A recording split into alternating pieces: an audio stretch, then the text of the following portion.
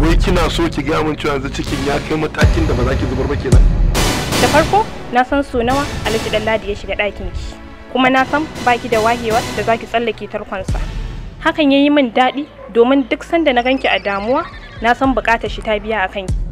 Haka ya tabbatar man da cewa da wuya a rasa ciki a jikinki. Mugun jini. Abin da kike nema a kaina wallahi ni ba zan nema a wajen ki saboda na ɗauke ki tamkar ƴar uwata. Amma ki tafi rayuwa ce. Maryam, ashe dama ke banza ce baki da hankali ban sani ba? Menene abin sha'awa da kike so ki hada zuri'a da Alhaji Ɗanladi? Wallahi komai ne a duniyar nan. Ranar da ya kawo miki shayi, tabbas na san ya sa miki kwaya a ciki. Ba na son wata mu'amala tsakanin kai da Hanza. Bai kamata ya tafi yanzu ba, domin tafiyar shi za ta iya rusa mai rayuwa. Tafiyarsa za ta rusa rayuwarki. Me kike nufi to? Ina so in sanar da kai, ina son Hamza. Ina son kafin ya tafi, a tsayar da magana aure tsakaninmu.